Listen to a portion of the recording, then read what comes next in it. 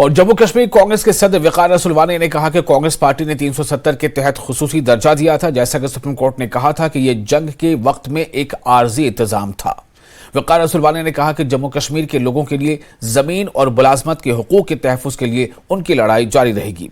उन्होंने जम्मू कश्मीर में रियासती हैसियत की बहाली और इंतखाबात के इनेकाद से मुतालिक सुप्रीम कोर्ट की हिदायत की भी सताइश की है।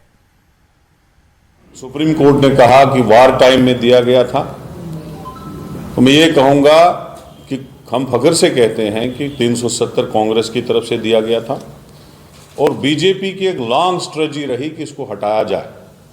अब जब वो हुकूमत में आए तो उन्होंने हटा दिया, लेकिन एक चीज़ का हमें दुख है, जो एक्सपेक्टेशन लोगों को थी कि हमारी लैंड जो है वो सेफ रहे और हमारे जॉब्स की प्रोटेक्शन का मिले, वो उसके लिए हम कांग्रेस पार्टी की तरफ से आगे एक लंबी स्ट्रगल जो है लड़ते रहेंगे, ताकि जम्मू कश्मीर के लोगों का जॉब, नौकरियां और ज़मीन जो यहाँ की है वो प्रोटेक्ट रहे।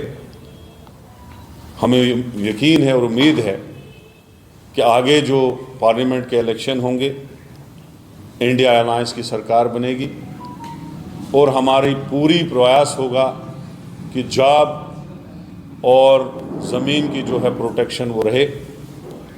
इसके बाद हमने बहुत लंबी लड़ाई लड़ी कि यहाँ पे जो 10वां साल चढ़ गया, इलेक्शन नहीं हुए थे और अभी तो छोटे छोटे इलेक्शन जो हमारी स्टेट में होते थे वो भी भारतीय जनता पार्टी ने ख़त्म कर दिए। उसके लिए हमने कुछ दिन पहले ऑल पार्टीज़ की तरफ से एक बहुत बड़ा प्रोटेस्ट भी किया था, जिसमें एक मेरी लंबी चौड़ी स्पीच भी रही थी। तो आज सुप्रीम कोर्ट ने भी उस पर मोहर लगाई कि आप कॉन्स्टिट्यूशन को यहाँ सस्पेंड नहीं कर सकते हो, आप डेमोक्रेसी को यहाँ सस्पेंड नहीं कर सकते हो। इमीडिएटली यहाँ इलेक्शन किया जाए और सितंबर तक डेट भी दी गई कि सितंबर से पहले इलेक्शन हो। उस डिसीजन का हम वेलकम करते हैं, लेकिन जो लोग हमारे उस प्रोटेस्ट को, जो हमने पिछले सालों से किया कि यहाँ इलेक्शन हो, यहाँ डेमोक्रेसी को बहाल किया जाए, जो उसका मजाक उड़ा रहे थे, उनको आज सुप्रीम कोर्ट की तरफ से करारा जवाब मिल गया। और वहीं जम्मू कश्मीर बीजेपी के सदर रविंद्र रैना ने कहा कि सुप्रीम कोर्ट ने एक बड़ा और तारीखी फैसला दिया था।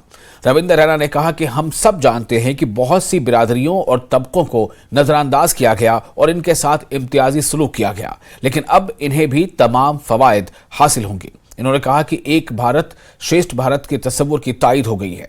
सुप्रीम कोर्ट के फैसले को सबको मानना चाहिए। यह फैसला सबके लिए है, खास तौर पर उन लोगों के लिए जो अभी तक नजरअंदाज होते रहे हैं।